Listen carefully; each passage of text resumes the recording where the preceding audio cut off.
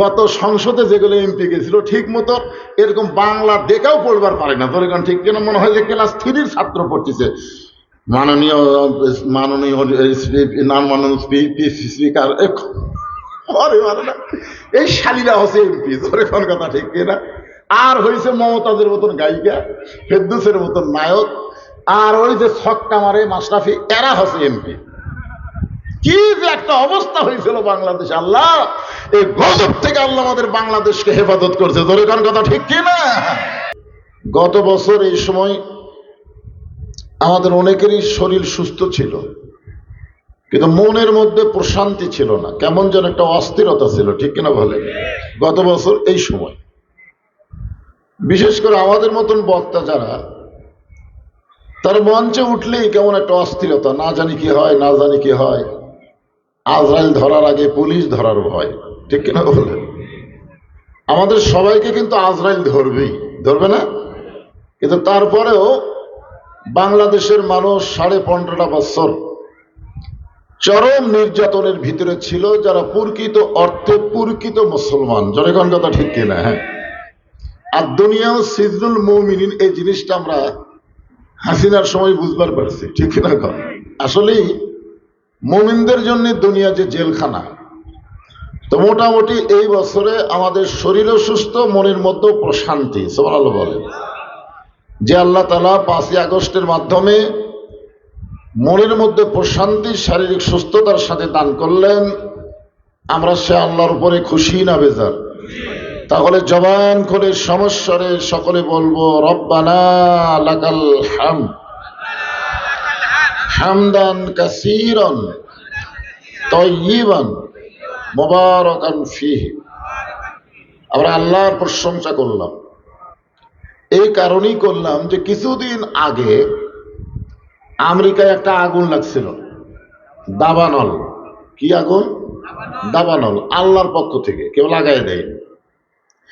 ওই সময় যত প্রকার প্রযুক্তি ছিল, সমস্ত প্রযুক্তি দিয়ে ওরা আগুন নিভানোর চেষ্টা করলো, কিন্তু আগুন নিভে না। আগুন যখন নিভতেছে না, তখন আমেরিকার ওই দেশের ওই প্রদেশের সরকার মুসলমানদের দ্বারস্থ হলো। কার দ্বারস্থ হলো? মুসলমানদের দ্বারস্থ হয়ে বলল, আমাদের গড ঘুমায় গেছে, আমাদের ঈশ্বরের কোনো খবর নাই, ভগবান মনে হয় মরে গেছে, এখন তোমাদের আল্লাহর খবর কি? তোমাদের আল্লাহর খবর কি? সঙ্গে সঙ্গে এক মুসলমান আল্লাহর খবর দেওয়ার জন্য কানে আঙ্গুল দিয়ে আজান শুরু করলেন। যতদূর পর্যন্ত আজানের শব্দ যায়, ততদূর পর্যন্ত আগুন নিভে যায়। এজন্য ভাগ্য গুণে আমরা কোনো ভেজালের মধ্যে পড়িনি, আসল আল্লাহর বিশ্বাস করে মুসলমানের ঘরে আল্লাহ আমাদের কবুল করেছেন। এজন্য আমরা আল্লাহর প্রশংসা কম করব না বেশি করব? আল্লাহ কোরআনে বলেন, ওমাইয়াবতাগি গায়রাল ইসলাম দীনান ফালাই ইউকবালা মিনহু। ইসলাম ছাড়া অন্য কোনো জীবন ব্যবস্থা, ধর্ম কেউ যদি গ্রহণ করে, ইসলামকে আমরা ধর্ম হিসাবে অনেকে জানি, ঠিক কিনা বলেন? আসলে ইসলাম শুধুমাত্র একটা ধর্ম না, ইসলাম হলো একটা জীবন ব্যবস্থার নাম, ঠিক কিনা বলেন? আল্লাহ বলেছেন লা ইউকবালা মিনহু, এটা কখনোই কবুল করা হবে না। এর দ্বারা বোঝা গেল আল্লাহর কাছে একমাত্র মনোনীত জীবন বিধানের নাম কি? সবাই বলা লাগবে, ইন্না দীনা ইনদাল্লাহিল ইসলাম। আল্লাহ আমাদের সেই ইসলামের মধ্যে কবুল করাতে খুশি না বেজার? আমি সূরা মুলকের 2টা আয়াত আপনাদের সামনে সময়ের দিকে খেয়াল করে আলোচনা করার চেষ্টা করব। এখন যেটা আপনাদের বলতেছি, সর্বসাকুল্যে আমাদের জগৎ হলো 3টা। জোরে বলেন কয়টা? একটা হলো অতীত, রুহের জগৎ। অতীতে আমরা রুহের জগতে ছিলাম। কোথায় ছিলাম? রুহের জগতে ছিলাম। সেখান থেকে আল্লাহ তাআলা আমাদেরকে দুনিয়ার জগতে প্রেরণ করছেন। ভবিষ্যতে আমরা আখিরাতের জগতে যাব। জোরে কোন ঠিক কিনা? এখানে কয় জগৎ? একটা হলো রুহের জগৎ, একটা হলো দুনিয়ার জগৎ, আর একটা হলো আখিরাতের জগৎ। মনে করেন একটা হলো অতীত, একটা হলো বর্তমান, একটা হলো ভবিষ্যৎ। তাহলে আমাদের অতীত জগতের নাম কি? আলমে আরওয়াহ, রুহের জগৎ। সবাই একটু হোহা করবেন। অতীত যে জগৎ আমাদের মাঝ থেকে বিদায় নিল, সেই জগতের নাম কি? রুহের জগৎ। বর্তমানে যেই জগতে আমরা বসবাস করতেছি, এটা হলো দুনিয়ার জগৎ। এই জগৎ থেকে আমরা যেই জগতে রওনা দিয়েছি, সেই জগৎ হলো পরকাল, মানে আখেরাতের জগৎ। এখন আপনারা বলেন যে তিনটা জগতের মধ্যে দুইটা জগৎ আল্লাহ আমাদের পক্ষে। হিসাব করে দেখেন, রুহের জগতে যে আল্লাহ আমাদের পক্ষে না থাকতো, তাহলে দুনিয়াতে মুসলমানের ঘরে আল্লাহ আমাদের কবুল করতো না। জোরে কোন ঠিক কিনা? কারণ দুনিয়াতে মানুষ পাঠানোর দায়িত্ব কার? কথা বলেন, পাঠানোর দায়িত্ব কার? তাহলে আল্লাহ যদি আমাদের হিন্দু ঘরে, বৌদ্ধদের ঘরে, খ্রিস্টানদের ঘরে পাঠাতো, আমাদের করার কিছু ছিল? কিন্তু আল্লাহ ওই সকল ঘরে না পাঠায় সরাসরি আমাদের মুসলমানের ঘরে পাঠানোর কারণেই বুঝতে পারলাম রুহের জগতে আল্লাহ আমাদের পক্ষে ছিল। তাহলে এক জগৎ শেষ। ওই জগতে আল্লাহ আমাদের কি ছিল? সবাই বলেন, কি ছিল? পক্ষে ছিল। আচ্ছা, দুনিয়ার জগতে আল্লাহ আমাদের যে পক্ষে আছে, এই ব্যাপারে কোনো সন্দেহ? আমি যে আয়াতে কারিমা তেলাওয়াত করলাম, এই আয়াত দ্বারা কি বুঝলেন? যে একমাত্র ইসলাম ছাড়া অন্য কিছু আল্লাহর কাছে কবুলযোগ্য হবে না। তাহলে আমরা সেই ইসলামের মধ্যে মুসলমানের ঘরে কবুল হওয়ার কারণে বোঝা গেল দুনিয়াতেও আল্লাহ আমাদের পক্ষে আছে। সুবহানাল্লাহ করেন না কেন? তাহলে তিন জগতের মধ্যে কয় জগৎ গেল? দুই জগতে আল্লাহ আমাদের পক্ষে, আর সামনে একটা জগৎ আছে, এই জগতেও যে আল্লাহ আমাদের পক্ষে হবে এই ব্যাপারে কোনো সন্দেহ নাই। ইচ্ছা শেষ। এখন কথা হলো যে এই ভবিষ্যতের জগৎ, ওই জগতে যে আমরা যাব, এই সম্পর্কে আল্লাহ কি বলেছেন? আল্লাহ বলেছেন, ওয়ালা তামুতুন্না ইল্লা ওয়া আনতুম মুসলিমুন। খালি মুসলমানের ঘরে জন্ম নিলেই হবে না, মুসলমান হয়ে ওই পরকালের জগতে আমাদের যাওয়া লাগবে। জোরে কোন ঠিক কিনা? এখন মুসলমান হয়ে যদি আমরা পরকালের জগতে যাবার চাই, আমাদের করণীয় কি? হাদিস শরীফে বলা হয়েছে, আদ-দুনিয়া মাযরাতুল আখিরা। দুনিয়া হচ্ছে আখিরাতের আবাদযোগ্য একটা জায়গা। এখানে আমরা আলু আবাদ করব, ধান আবাদ করব, এই আবাদের কথা কি মনে করেন? আমরা বলি না কাজ কামের দিন, কি কাজ কাম? দুনিয়াতে আপনি কাজ কাম শেষ করতে পারবেন না। একটা কাম শেষ হওয়ার সাথে সাথে আর একটা কাজ আপনার সামনে আসেই যাবে। ধরে কোন ঠিক কিনা? কিন্তু এরপরেও তো আমাদেরকে যাওয়া লাগবে, লাগবে না? এইটা খেয়াল করেই আমি সূরা মুলকের দুইটা আয়াত আপনাদের সামনে আলোচনা করার নিয়ত করেছি। আখিরাতের জগতে আমরা যে পাস করব, তার আর একটা প্লাস পয়েন্ট হলো, প্লাস, সেটা কি? আমাদের নবী। জোরে কোন সুবহানাল্লাহ। আছেন আমার মুক্তার, আছেন আমার বারিস্টার, সেই বিচারের হাইকোর্টেতে তিনি আমায় করবেন পার। আমি পাপী রাসূল জাবিন্দার। আমরা যখন পরকালের জগতে যাব, ওই সময় আমাদের আল্লাহ আমাদের হাকিম হবেন, আর আমরা হব তখন কি? আসামি। আল্লাহ যদি হাকিম হয়, আমরা কি? আসামি। ওই সময় আমাদের নবী উকিল হবেন। একটা প্লাস পয়েন্ট দেখেন, ওই সময় আমাদের নবী কি হবেন? উকিল হয়ে আল্লাহর কাছে আমাদের পক্ষে ওকালতি করে, বারিস্টারি করে, আমাদেরকে সুপারিশ করে জান্নাতে পৌঁছায় দিবেন। এখন বলেন, আমাদের জন্য কোনো টেনশন আছে? আল্লাহ রাসূল এও বলেছেন যে তোমরা যদি দুনিয়াতে যতই পাপ করো না কেন, যদি ঈমানের সাথে কবরে আসতে পারো, মানে ঈমান নিয়ে যদি মরতে পারো, আমি রাসূল ওয়াদা দিয়ে দিলাম, তোমাদেরকে জান্নাতে প্রবেশ না করানো পর্যন্ত আমি নবী জান্নাতে প্রবেশ করব না। এখন বলেন তো, আমাদের জন্য আর কোনো টেনশন আছে? কিন্তু একটা টেনশন হলো, মরার সময় ঈমান নিয়ে মরতে পারবো কিনা, এইটাই তো একটা টেনশন। কারণ এখনো তো আমাদের মৃত্যু হয়নি। বর্তমানে বাংলাদেশে যারা মরতেছে, তাদের অধিকাংশই ঈমান নিয়ে মরতে পারতেছে না।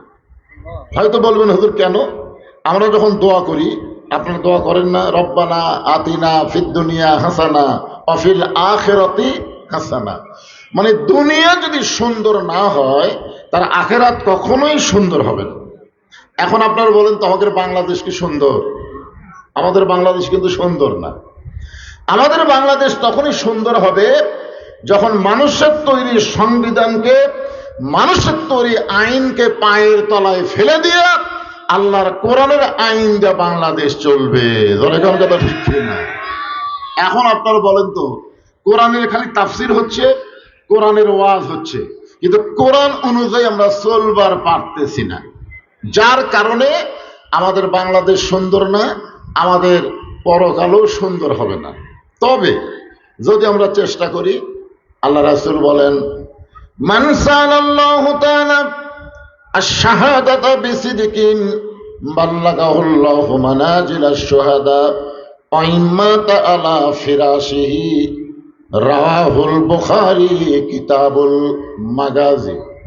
যেরকম রংপুরের একটা আবু সাইদ, রংপুরের একটা আবু সাইদ 2 হাত প্রসারিত করে জীবন দিল। যেরকম ঠিক কিনা? আপনারা বলেন তো ওর জীবনে কি কোনো দাম নাই? যেরকম আছে না নাই? তো জীবন দিল কেন? ওই জীবন দিল কেন? ওর তো মন বারবার বলেছে জীবন বাঁচানো ফরজ, জীবন বাঁচানো ফরজ, কিন্তু মনের কথা বিশ্বাস না করে ইমান বাঁচান ফরজকে বিশ্বাস করেছে। যেরকম কথা ঠিক কিনা? আর ইমান বাঁচাবার গেলে বাতিলের সঙ্গে আপোষ করা যাবে না, দরকার হলে হকের পক্ষে জীবন দিতে হবে। জোরে কোন কথা ঠিক কি? এখন আমি বলতেছি না যে আপনারা সব জীবন দিয়ে মরে যান, এটা আমি বলতেছি না। আমি যে হাদিসটা তেলাওয়াত করলাম, এই হাদিসের বাংলা অর্থ হলো মান সাআলাল্লাহু তাআলা আশ-শাহাদাতা বিসিদকিন, কেউ যদি আল্লাহর কাছে ফরিয়াদ করে যে আল্লাহর কোরআনের বিজয়ের জন্য দরকার হলে শাহাদতের তামান্না করি, শাহাদত কামনা করি, শহীদের তামান্না নিয়ে বাংলাদেশে আল্লাহর কোরআনের বিজয় করার জন্য যারা ইসলামী আন্দোলন করে, ওই মাতা আলা ফিরাশিহি, সে যদি নিজের বিছনায়ও মৃত্যুবরণ করে, বাল্লাগাহুল্লাহু মানাজিলাশ শুহাদা, আল্লাহ তাআলা হাসরের ময়দানে তাকে শহীদদের কাতারে দাঁড় করায় দিবে। এখন বলেন ঈমান নিয়ে মরবার গেলে কোরআন বিজয়ের আন্দোলনের সৈনিক হওয়ার দরকার আছে না নাই? কোরআন বিজয়ের আন্দোলনের সৈনিক না হয়ে মানুষের আইন বাংলাদেশে প্রতিষ্ঠা করার জন্য যারা আন্দোলন করে, চেষ্টা করে, দল করে, এরা মরতে পারে কিন্তু ঈমান নিয়ে মরতে পারবে না। জনগণ কথা ঠিক? ঈমানের সাথে মরতে গেলে আমাদের করণীয় কি, এটা বোঝানোর জন্য সূরা মুলকের 2টা আয়াত। এখন 1 নম্বর আয়াত শোনেন। কিছুদিন আগেই 5ই আগস্টের আগেই আমরা বাংলাদেশে শুনতে পাইছি এ দেশ আমার বাপের, এ দেশ আমার, এ দেশ আমার বাপের, এ দেশ আমার। অথচ আমরা ইমানদার জানি দেশ কোনো মানুষের না, সমস্ত পৃথিবী হলো আমার আল্লাহর। ধরে কোন কথা ঠিক কিনা? যখন বলে দেশ আমার বাপের, দেশ আমার, তখন তো আর আল্লাহর আইনের দরকার হয় না, ওর বাপের আইন দিয়ে দেশ চালাবে। ধরে কোন কথা ঠিক কিনা? এরকম অহংকারী কথা আপনার শোনেননি? বলেন শুনছেন কিনা? শুনছি। কিন্তু আমরা কি দেখলাম যে দেশ কারো বাপের না, দেশ কারো না, গোটা পৃথিবীর মালিককে, তাবারাকাল্লাযী বিয়াদিহিল মুলক, গোটা পৃথিবীর রাজত্ব, কর্তৃত্ব, মালিকানা একমাত্র কার হাতে? আমরা 15.5 বছর মনে করছিলাম হাসিনা যা করবি তাই, এরকম একটা ভাব হয়েছিল। আমরা কতগুলো দুর্বল ইমানের লোক মনে করছিলাম যে 41 সালের আগে এক না মানার কোনো মরদ নেই। জোরে কোন কথা ঠিক ছিল? এরকম কিন্তু আমাদের দুর্বল যারা ইমান, তারা মাঝে মাঝে গল্প করছে, না হবি না। কোন করেননি? চাষটলে বসে গল্প করেননি? গল্প করতে গিয়ে চারিদিকে তাকাছেন, এরকম তাকাছেন, কি দেখতেছেন ভাই? দেওয়ালেরও কান আছে হুজুর, দেওয়ালেরও অনেক কান আছে। মানে হক কথা মানুষ জোরে বলেনি, এমন আসতে বলেছে কে যেন শুনবার না পায়। এইরকম একটা পরিস্থিতি আমাদের বাংলাদেশে শুরু হয়েছিল। জোরে কোন ঠিক কিনা? রাত 9টার সময় 1.5 লাখ টাকার খাট, 12,000 টাকার কম্বল, 5 তলার উপরে শোয়ার সময় বলতেছে আমার বাড়ি, আমার ঘর, আমাক নামাইকে, এ বাড়ি আমার, এ ঘর আমার, আমাক নামাইকে। রাত 9টার সময় এ কথা বলে বেটা ঘুমিয়ে গেছে। রাত 3টার সময় একটা ভূমিকম্প। জোরে কোন কি কম্প? 5ই আগস্ট কিন্তু বাংলাদেশের জন্য একটা ভূমিকম্প। জোরে কোন কথা ঠিক কিনা? আমরা কল্পনাই করবার পারিনি যে আমাদের নিরস্ত বাচ্চাগুলো ছোট ছোট মানুষগুলো আর্মির সামনে, পুলিশের সামনে এইভাবে ফ্যাসিস্ট হাসিনার বিরুদ্ধে আন্দোলন করবে, জোরে কোন কথা ঠিক কিনা, কল্পনাই করিনি। এখন রাত 3টার সময় একটা ভূমিকম্প, খালি বিল্ডিং লড়ে উঠছে। যে বেটা 9টার সময় কইছে আমাক নামাই খেয়ে, বিল্ডিং যখন কাঁচা উঠছে ও তখন এত ফোর্সে নামছে যে কম্বলের মধ্যে লুঙ্গি খোলা আছে, এই লুঙ্গিটাও পর্যন্ত পরার টাইম পায়নি, ন্যাংটা হয়ে নামছে। যখন কি হয়ে নামছে, দুই ফেরেস্তা, দুই কান্দে দুই ফেরেস্তা বলতেছে আল্লাহ নামাইলা নামাইলা, তাই বলে ন্যাংটা করা নামালা। আপনার বলেন তো হাসিনা যেভাবে ক্ষমতার থেকে নামে গেছে, এটা কি কাপড় চোপড় পড়ছে? মানে 12 তরকারির ভাত আনবে, সেই ভাত পর্যন্ত খাওয়া হয় না, 45 মিনিট উপরে তাকে সময় দেওয়া পর্যন্ত হয় নাই, জোরে কোন কথা ঠিক না।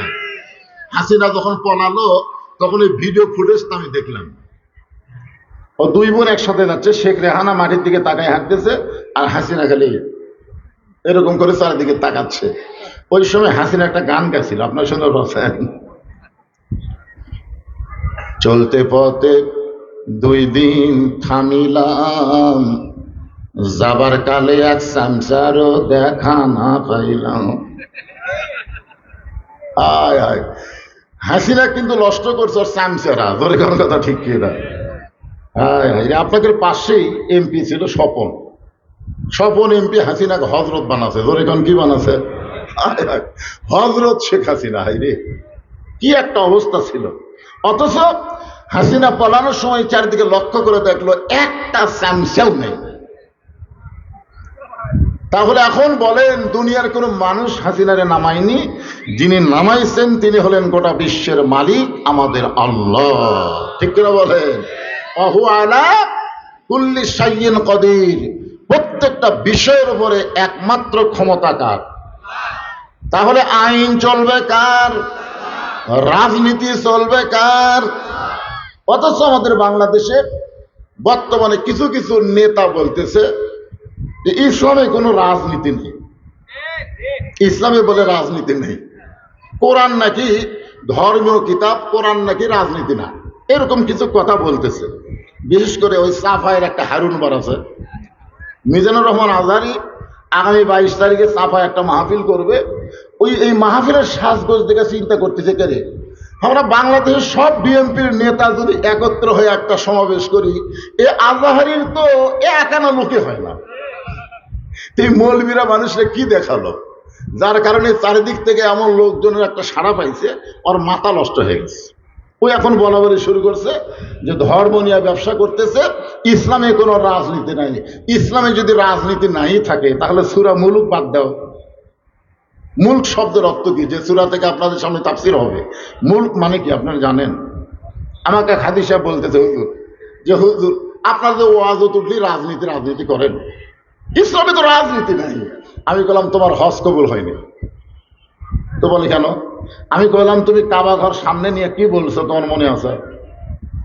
তুমি বলেছো ইন্নাল হামদা ওয়ান নি'মাতা লাকা ওয়াল মুলক লা শারিকা লাহ। তুমি হাজী সাহেব বলো তো লাকা ওয়াল মুলক লা শারিকা লাহের অর্থ কি? তখন কয় হুজুর সবাই কইছে, আমিও কইছি, আমি তো বুঝতে পারিনি। আমি বললাম পাগলা, এর বাংলা অর্থ হলো রাজনীতির ভিতরে, রাজত্বের ভিতরে একমাত্র আল্লাহ ছাড়া অন্য কাউকে স্বীকার করি না। তুমি আল্লাহর কাবাঘর সামনে রেখে আল্লাহ রাজত্বের কথা বলে আসলে, আর বাংলাদেশে এসে বলো তুমি ইসলামের রাজনীতি নাই, তুমি নামের আগে যতই হাজি রাখো তোমার হজ কবুল হবে না, তুমি 1 নম্বর পাজি, ধরে কোন কথা ঠিক কিনা। আমি প্রত্যেকটা মাহফিলে বলি, হজ করার আগে আপনি যে দল করেন করেন, অসুবিধা নেই, কিন্তু হজ করার পরে আল্লাহর ঘর সামনে নিয়ে আপনি যে তালবিয়া পড়লেন, আপনাকে আর মানুষের দল করাই হবে না। যদি মানুষের দল করেন তাহলে আপনার হজও কবুল হবে না, ধরে কোন কথা ঠিক।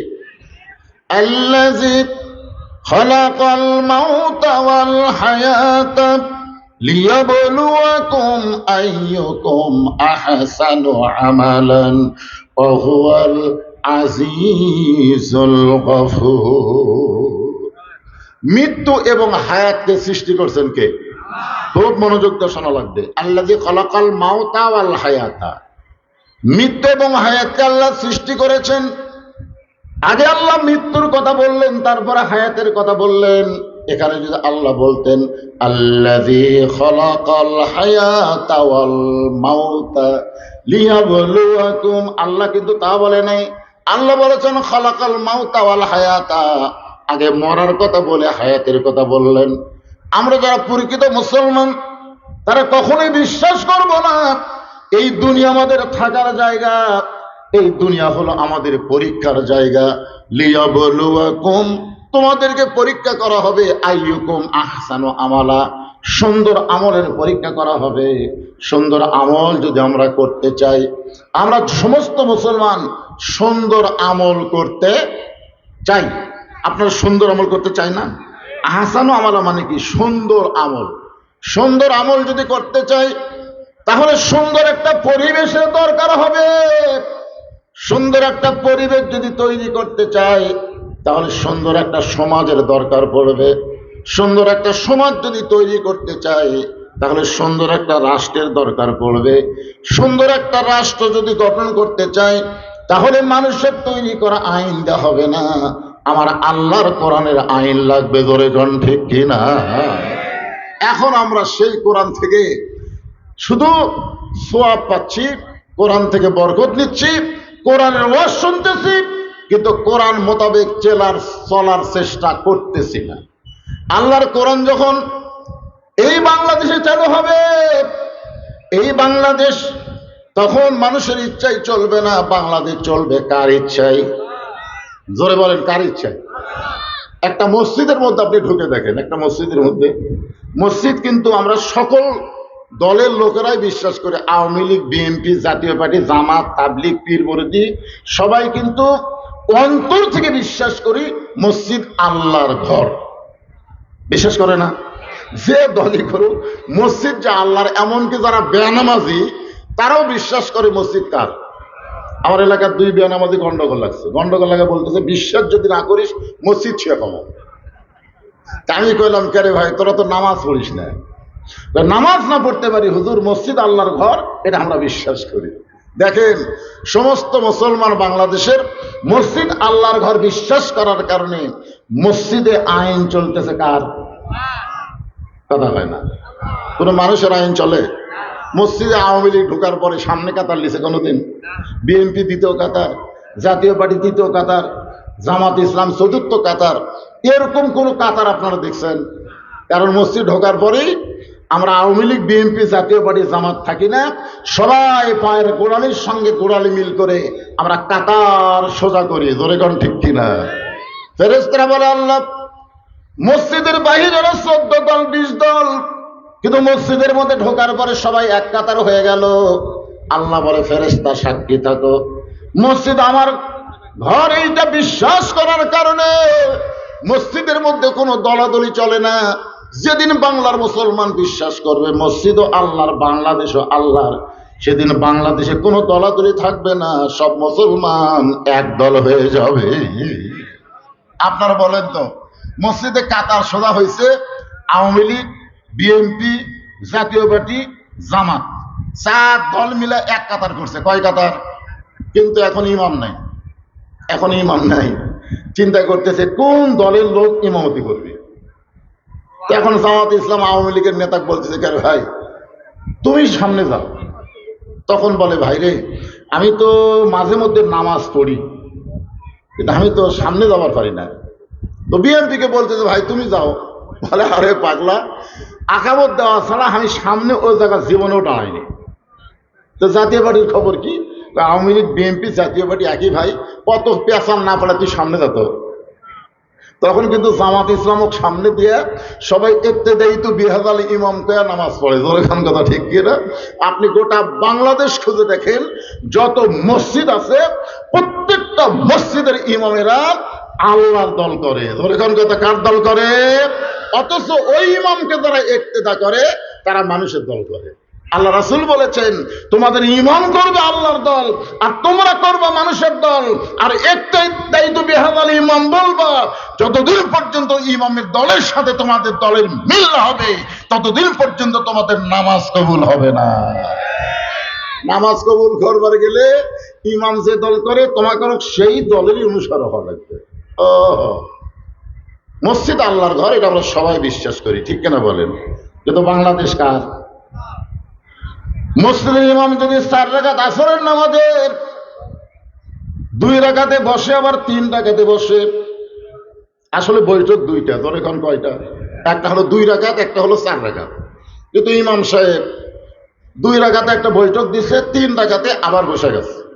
তো সামনে কাতার মুসল্লি খুব একটা খেয়াল করতেছে না, কিন্তু 4 নম্বর কাতারে এক অটো ভ্যান চালক ওই চিন্তা করে, কেরে এতদিন আসর নামাজ পড়ছি, 2 রাকাতে এক বৈঠক, 4 রাকাতে আর এক বৈঠক, আজকে হুজুর যে 3 রাকাতে বসলো, না, নামাজত খাড়া হলে কোন হুজুরের আইন মানা যাবে না, আল্লাহর আইন মানা লাগবে। আল্লাহর আইন হলো কয় বৈঠক? 2 রাকাত, 4 রাকাত। এ কথা চিন্তা করে অটো ভ্যান আল্লাহু আকবার, আল্লাহু আকবার যেই কইছে, নেতা মনে মনে বলতেছে, তুই যতই লোক মাদে, আমি 41 সালের আগে উঠবো না। এই মনে করে ইমাম যদি স্বৈরাচারী হয়ে বসেই থাকে, আপনার বলেন তো, মসজিদের মুসল্লি এই লোকমা শোনার পরে ইমাম যদি না দাঁড়ায়, তাহলে সমস্ত মুসল্লি ইমামের পক্ষে থাকবে না ভ্যানালার পক্ষে যাবে? কেন ভ্যানালার পক্ষে যাবে?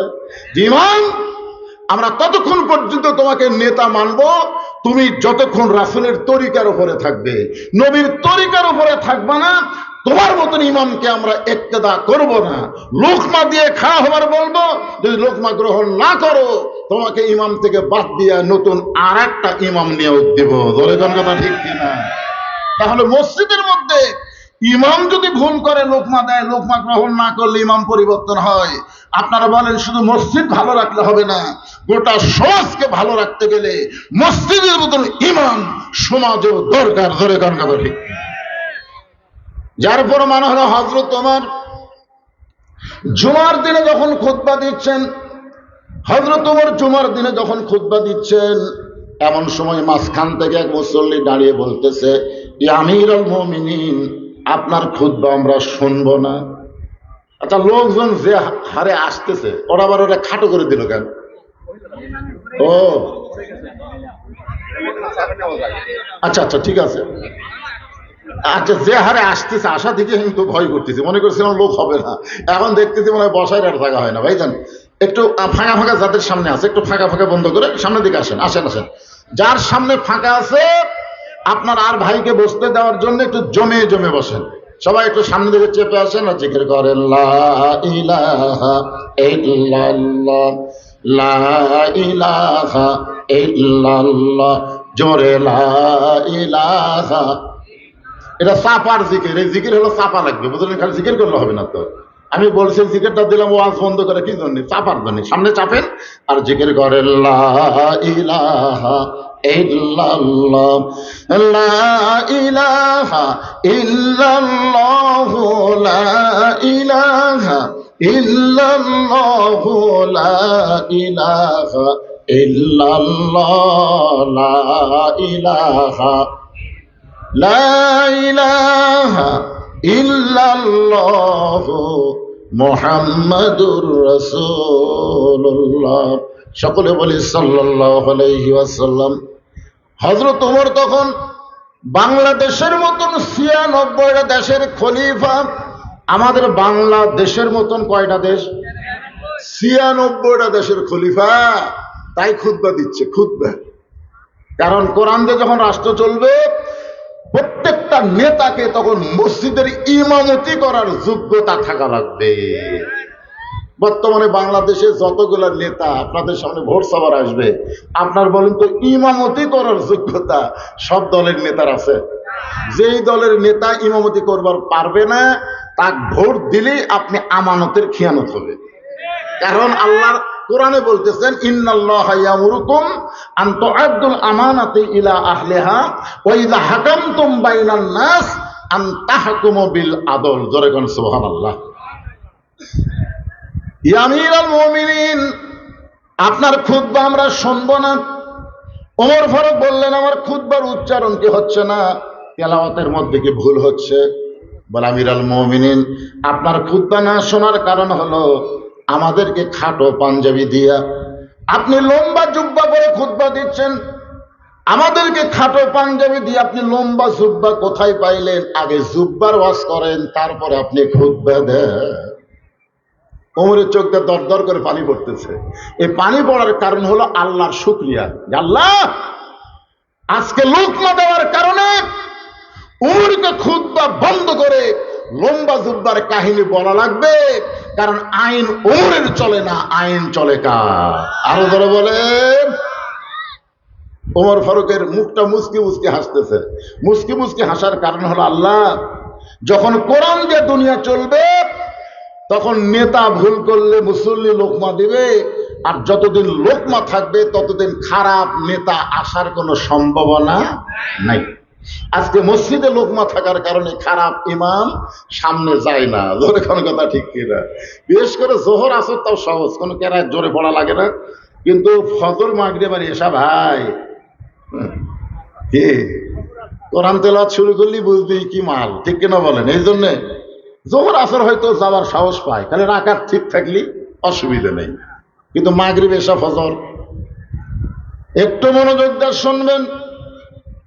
উমরের চোখ দিয়ে যখন দর দর করে পানি পড়তেছে, এমন সময় 30 পারা কোরআনের হাফেজ, 6 লক্ষ হাদিসের হাফেজ, নাম হলো আব্দুল্লাহ ইবনে ওমর। ওমর ফারুকের ছেলে হচ্ছে 30 পারা কোরআনের হাফেজ। কি মনে করতেছেন? আর 6 লক্ষ হাদিসের হাফেজ আব্দুল্লাহ ইবনে ওমর। নেতার ছেলের শিক্ষাগত যোগ্যতা দেখছেন? আর আমাদের প্রধানমন্ত্রীর একটা বেটা আসলো আগে, ওই কয় 5,500। আমি কইলাম কে রে? অক বলে মাসে আবার 2 কোটি টাকা বেতন দেওয়া লাগে, তথ্য উপদেষ্টা ছিল, তাই 1,500 কর পারে না, 1500 কর পারে না, কয় 5,500। আপনারা দেখছেন গত সংসদে যেগুলো এমপি গেছিল ঠিক মতো এরকম বাংলা দেখাও পড়বার পারে না। তোর এখন ঠিক কিনা মনে হয় যে ক্লাস 3-র ছাত্র পড়তেছে। মাননীয় স্পিকার, এই শালীরা হচ্ছে এমপি। তোর এখন কথা ঠিক কিনা? আর হয়েছে মমতাজের মতন গায়িকা, ফেরদৌসের মতন নায়ক, আর ওই যে ছক্কা মারে মাশরাফি, এরা হচ্ছে এমপি। কি যে একটা অবস্থা হয়েছিল বাংলাদেশ! আল্লাহ, এই গজব থেকে আল্লাহ আমাদের বাংলাদেশকে হেফাজত করছে। ধরে কোন কথা ঠিক কিনা? অর্ধ পৃথিবীর খলিফা হযরত উমরের ছেলে আব্দুল্লাহ 30 পারা কোরআনের হাফেজ, 6 লক্ষ হাদিসের হাফেজ। সমস্ত সাহাবীর দিকে তাকায় বলেন, সাহাবীরা, আমার বাবার জুব্বা লম্বা হওয়ার কারণে বাবার খুতবা তোমরা বন্ধ করে দিয়েছ। তোমরা খাটো পাঞ্জাবি হলেও তো আজকে নতুন কাপড় পরে নামাজ পড়তে আইছো, কিন্তু আমার দিকে তাকায় দেখো, আমার পর নতুন কোনো কাপড় নাই। ওসমান গনি বলে, আব্দুল্লাহ, আজকে জুমার দিনে সবাই নতুন কাপড় পরে নামাজ পড়তে আইছে, আর তুমি পুরাতন কাপড় কেন পরলা?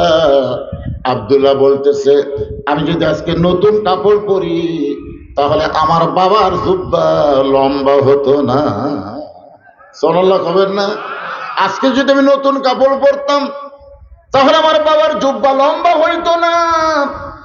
রে নবীর সাহাবীরা, যেদিন থেকে আমার বাবা মদিনার খেলাফতের দায়িত্ব পাইছে, সেদিন থেকে আমার বাবা শুধু কষ্ট করে তোমাদেরকে শান্তি দেওয়ার জন্যে।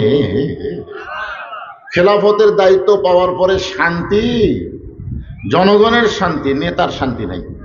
তোমরা যখন আরামে ঘুম পাড়ো তখন আমার বাবা চোরের মতন চুপি চুপি মানুষের দুঃখ কষ্ট দেখে। কোনো সানসা নাই, কোনো বডিগার্ড নাই, কেউ নাই। হযরত ওমর অর্ধ পৃথিবীর খলিফা হইয়া একা একা মানুষের দুঃখ কষ্ট নিজের চোখে দেখে। গভীর রাত্রে দেখতেছে মরুভূমির মধ্যে তাঁবু টাঙ্গায়া, ওই তাঁবুর মধ্যে 2টা বাচ্চা মা মা বলে কাঁদতেছে। আর মা বলতেছে, একটু ধৈর্য ধরো বাবা, গোস্ত সিদ্ধ হলেই তোমাদের খাবার দিব, গোস্ত সিদ্ধ হলেই তোমাদের খাবার দেব। ওমর ফারুক চমকে গেলেন। দুম্বার গোস্ত হলে বড় জোর 8 ঘন্টা লাগবে, উটের গোস্ত হলে বড় জোর 1 ঘন্টা লাগবে। এত গভীর রাত হয়ে গেল, এখন পর্যন্ত গোস্ত সিদ্ধ হয় না। এই মায়ের অন্তরে কি, কলিজাত কি কোনো দয়া নাই? বাচ্চাগুলো কান্দে, অথচ তাদের খাবার দেয় না। ওমর ফারুক আস্তে আস্তে তাঁবুর কাছে গেলেন, লোকমা দিয়ে বললেন, মা তোমার কলিজার মধ্যে কি কোনো দয়া হয় না? তোমার বাচ্চাগুলো ক্ষুধার জ্বালায় কান্দে, অথচ এখন পর্যন্ত তোমার গোশত সিদ্ধ হয় না। মেয়েটা বলে, পথিক, এই মুহূর্তে আমি মা এমন একটা বিপদে পড়েছি, আমার আল্লাহ পর্যন্ত আমার খবর নেই না। মানে বিরক্ত হয়ে গেছে। কার উপর? আল্লাহর উপর বিরক্ত। আসলে আল্লাহর দল যারা করে মাঝে মধ্যে একটু বিরক্ত হয়। 50 বছর কোরআনের হক তাফসীর করে বিনা অপরাধে যাকে 13 বছর জেলখানায় বন্দি করে রাখলো, আবার জেলখানা থেকে হাসপাতালে নিয়ে গেলে তাকে হত্যা করা হলো। অবশ্যই আল্লামা সাইদি হুজুরের স্ত্রী এবং তার সন্তানগুলো মাঝে মধ্যে আল্লাহর উপর একটু বিরক্ত ভাব নিয়ে আসে। আল্লাহ তুমি করো কি? তোমার পদে যারা থাকে তারা বাইরে থাকতে পারে না, আর 4 টাকা বাংলার জমিনে আরামে ঘুম পাড়ে। ধরে কোন কথা ঠিক কিনা? আমার বউ একদিন আমার বলছে, আপনার বিরক্ত লাগে না? এলাকার সবচাইতে লুচ্চা আপনার বাড়ি পুলিশ দেখা দিয়ে। আমার এলাকার সবচাইতে খারাপ মানুষ পুলিশকে বলে এটা হুজুরের বাড়ি। এখন ওই লুচ্চার কথা মতো পুলিশ আমার বাড়ির জামাত ধরে। চিন্তা করেন তো। সিরাজগঞ্জের রোডে আমি আসতেছি, মনের মধ্যে একটু মিষ্টি মিষ্টি লিখছি, টাঙ্গাইলের চমচম লিখছি। রোডে আসতে আমার বউ আমার মোবাইল করলো যে আপনি এখন কোথায় আছেন? তা আমি করলাম তো সিরাজগঞ্জ রোডে, তাই বাড়িতে আসেন না, মাগরিবের পর থেকে পুলিশ ঘুরতেছে। দেখেন 2-2.5 কেজি মিষ্টি নিচে আমার বাচ্চা করে খাওয়াবো, এখন বলতেছে পুলিশ ঘুরতেছে। আমি তখন চিন্তা করলাম এই মিষ্টি নিয়ে তার শ্বশুর বাড়ির যাই। আমার শ্বশুর বাড়ি শিবগঞ্জ। আমি শ্বশুরকে কল করলাম, আব্বা কেমন আছেন? এত রাত্রে কেন বাবা? আমি একটু আজকে রাত্রে আপনার বাড়িতে যাবার চাই। না না না না, বর্তমানে তোমার পজিশন ভালো না, তুমি আমার বাড়িতে আসবে, পুলিশ আসবে, দরকার নেই। আপনারা বলেন আমি কি চোর? আমি কি ডাকাত? তাহলে আমার কি বিরক্ত নেই? আমার কি একটু বিরক্ত নেই যে আল্লাহ এই জুলুম, এই জালেমের নির্যাতন আর কতদিন বাংলার মুসলমান সহ্য করবে? ধরে কোন কথা ঠিক কি না? গভীর রাত হয়ে গেল, আল্লাহ পর্যন্ত আমার খবর নেই না। আর তুমি কে গো পথিক? এই গভীর রাত্রে আমার তাঁবুর পাশে এমন করে বলতেছ, তুমি জানো না আমার বাড়ি হলো ইয়ামিন দেশে। আমি শুনতে পাইলাম মদিনার খলিফা হযরত ওমর অত্যন্ত ভালো মানুষ। আমার 2টা এতিম বাচ্চাকে নিয়ে খলিফা ওমরের দরবারে বিকেল বেলায় যাবার চাইছিলাম, কিন্তু এত মানুষের ভিড় আমি ওমরের দরবারে যাবার পারলাম না। আমার 2টা বাচ্চাকে নিয়ে আগামীকাল সকালবেলায় ওমরের দরবারে যাব, এই বিশ্বাস কলিজার মধ্যে নিয়ে মরুভূমির মধ্যে তাঁবু টাঙ্গায়া 2টা বাচ্চাকে বুকের মধ্যে নিয়ে আমি ঘুমাবার চাই। কিন্তু আমার 2টা এতিম বাচ্চার পেটে এত খিদা যে খিদার কারণে বারবার শুধু খাবার চাই। আমি এখন মা কি করব? 2টা ক্ষুধার্ত বাচ্চাকে সান্ত্বনা দেওয়ার জন্য পাতিলের মধ্যে পানি আর পাথর দিয়ে আগুন জ্বালায় বলেছি, বাবা এই গোস্ত সিদ্ধ হলেই তোমাদের খাবার দেব। আমার মনে হচ্ছিল আমার 2টা বাচ্চা এই সান্ত্বনার বাণী শুনতে শুনতে এক সময় ঘুমায় যাবে, আর কোনো মতে রাতটা পাড়ি যাবে, সকালবেলা ওমরের দরবারে যাব। কিন্তু আমার 2টা বাচ্চার পেটে এত খিদা, ওদের চোখে ঘুম ধরতেছে না। আমার মনে হয় আজকে রাত আর কখনোই সকাল হবে না। ওমর ফারুক বললেন, মা তুমি একটু ধৈর্য ধরো, তুমি আসল জায়গায় বিচার দিও না মা, তুমি আসল জায়গায় বিচার দিও না, তুমি একটু ধৈর্য ধরো। আসল জায়গায় বিচার দিও না মানে ওমরের নামে তুমি আল্লাহর কাছে বিচার দিও না, তুমি আল্লাহর কাছে বিচার দিও না। কারণ দুনিয়ার সমস্ত কোর্ট কাছারির বিচার আর আল্লাহর বিচার কিন্তু আলাদা। দুনিয়ার জজ কোর্ট, হাইকোর্ট, সুপ্রিম কোর্টে এই বাংলার মাজলুম যখন বিচার পায়নি তখন আল্লাহর কাছে বিচার দিয়েছে জালেমের বিরুদ্ধে। আল্লাহ ধরে না ধরে না, এমন ধরে ধরলে আর ছাড়ে না। ধরে কোন কথা ঠিক কিনা? আপনারা বলেন তো, সাইদি হুজুরের গায়েবানা জানাজার নামাজ পড়া অবস্থায় এই বাংলাদেশ থেকে 200 জন ইসলামী আন্দোলনের কর্মীকে গ্রেফতার করেছে। একজন আল্লাহর ওলি দুনিয়া থেকে বিদায় নিল, তার দোয়া পর্যন্ত করতে দেয় না। এই স্বৈরাচার জালিম ফ্যাসিস্টের বিরুদ্ধে আমরা বাংলাদেশের কোর্ট কাছারিতে কোনো বিচার পাইনি, আমরা আসল জায়গায় বিচার দিয়েছিলাম। ধরে কোন ঠিক কিনা? কত তাহাজ্জুদের পানি, কত নামাজে চোখের পানি। আল্লাহ বলে, বান্দারে আর কান্দিস না, আমি এমন ধরা ধরবো, আল্লাহ ধরে না ধরলে কিন্তু আর ছাড়ে না। ওমর বলে, মা তুমি আসল জায়গায় বিচার দিও না মা, তুমি একটু ধৈর্য ধরো। এক দৌড়ে বাইতুল মালের দরজায়, আসলাম আসলাম রে কোথায় তুই, এক আটার বস্তা আমার মাথায় উঠায় দে। আসলাম বল, আমিরুল মুমিনিন কোথায় বস্তা নিয়ে যাওয়া লাগবে আমারে বলেন, আমি মাথায় করে গন্তব্যে পৌঁছায় দেব। ওমর বলে, আসলাম রে, একজনের পাপের বোঝা একজন মাথায় নেবে না, একজনের পাপের বোঝা আরেকজন মাথায় নেবে না, দে আমার মাথায় বস্তা উঠায় দে। আসলাম ওমর ফারুকের মাথায় যখন বস্তা তুলে দেয়, ওমর ফারুক খাবার বস্তা নিয়ে যখন মাথায় দৌড় মারতেছে, আসলাম বলে, আমিরুল মুমিনিন এত জোরে দৌড়ালে আপনি পড়ে যাবেন, আপনার কষ্ট হবে। ওমর বলে, আসলাম নির্দিষ্ট সময় যদি গন্তব্যে পৌঁছতে না পারি রে, এই উমরকে আল্লাহ জাহান্নামের আগুন দিয়ে পুড়ে ফেলবে। এক দৌড়ে গিয়ে বললেন, মা তোমার দুইটা বাচ্চা কি জীবিত আছে? মা বলে, কে গো পথিক, কেন জীবিত থাকবে না? একটু অসুস্থ অবস্থায় শুয়ে আছে। ওমর ফারুক বলে, মা আটার বস্তা থেকে রুটি তৈরি করো, হালুয়া তৈরি করো, তাড়াতাড়ি রুটি হালুয়া তৈরি করে মেয়েরা যখন ওমর ফারুকের হাতে দেয়, ওমর ফারুক দুইটা বাচ্চাকে দুই উরাতের উপরে বসায়া দুই জনের গালে ছোঁয়া দেয়, রুটি ছিঁড়া হালুয়া নিয়ে যখন মুখে দেয়, দুইটা বাচ্চা খায়। ওমর ফারুকের চেহারার দিকে তাকায় থাকে, চোখ দিয়ে গল গল করে পানি পড়তেছে। বাচ্চা দুইটা বলে, কে গো তুমি? আমাদের বাবা নাই, তুমি আমাদের বাবার দরদ নিয়ে এই গভীর রাতে আমাদের মুখে রুটি হালুয়া তুলে দিয়ে কেন কাঁদতেছ? তুমি কেন কান্দো, তোমার কি হয়েছে? ওমর ফারুক দুইটা হাত তুলে বলে, আল্লাহ এই অধমকে তুমি জাহান্নামের আগুন থেকে বাঁচায় দাও। পর্দার ভিতর থেকে মেয়েটা বলে, পথিক ভালো মানুষের গল্প শুনেছি, কিন্তু মানুষ এমন ভালো হয় কোনদিন আমি জানতে পারি নাই। যদি তোমাকে আল্লাহ মদিনার খলিফা বানাইতো, উমরকে না বানায় তোমারে যদি মদিনার খলিফা বানাইতো, আমি একজন মেয়ে বলতেছি মদিনা আল্লাহর জান্নাত হয়ে যেত। আব্দুল্লাহ বলে, সাহাবীরা রে, তোমরা সবাই যখন ঘুমাও তখন আমার বাবা ঘুমায় না, গভীর রাতে আমার বাবা আমার দরজায় গিয়ে ডাকতেছে, আব্দুল্লাহ আব্দুল্লাহ বলে। আমি দরজা খুলে তাকায় দেখি বাবার হাতে একটা পাঞ্জাবি। আমি খুশি হয়ে বললাম, বাবা বাইতুল মাল থেকে আমার একটা পাঞ্জাবি দিছে বাবা। আর একটা পাঞ্জাবি দিবে রাইছেন। ওমর ফারুক, আব্দুল্লাহ তুই কি আল্লাহর কোরআন পড়িস নাই? ইন্নাল্লাহা ইয়ামুরুকুম আন তুআদ্দুল আমানাতি ইলা আহলিহা ওয়া ইযা হাকামতুম বাইনান নাস আন তাহকুমু বিল আদল। জোরে বলেন সুবহানাল্লাহ। একটা পাঞ্জাবি পাইছিস, আর একটা দিবার আইছি, এইটা কেমনে মনে করলি? এই পাঞ্জাবিটা আমার ভাগে পড়েছে বাজান, এত ছোট পাঞ্জাবি গায়ে দিয়া আমি আগামীকাল জুম্মায় খুতবা কেমনে দিব?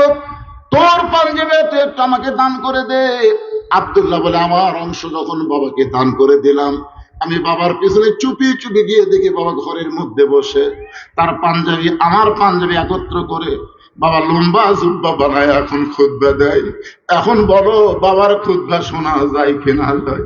সমস্ত সাহাবীরা চিল্লায় বলে, আল্লাহর কোরআন দিয়ে যখন রাষ্ট্র চলবে, মুসলমানেরা তখন এমন ভালো মানুষকে নেতা হিসাবে দেখতে পাবে। নেতা যদি ভালো চায়, আল্লাহর কোরআনের বিকল্প কোনো রাস্তা নাই। আবার আমরা কর্মী যদি ভালো হবার চাই, আল্লাহর কোরআনের বিকল্প কোনো রাস্তা নাই। আছে? রাস্তা আছে।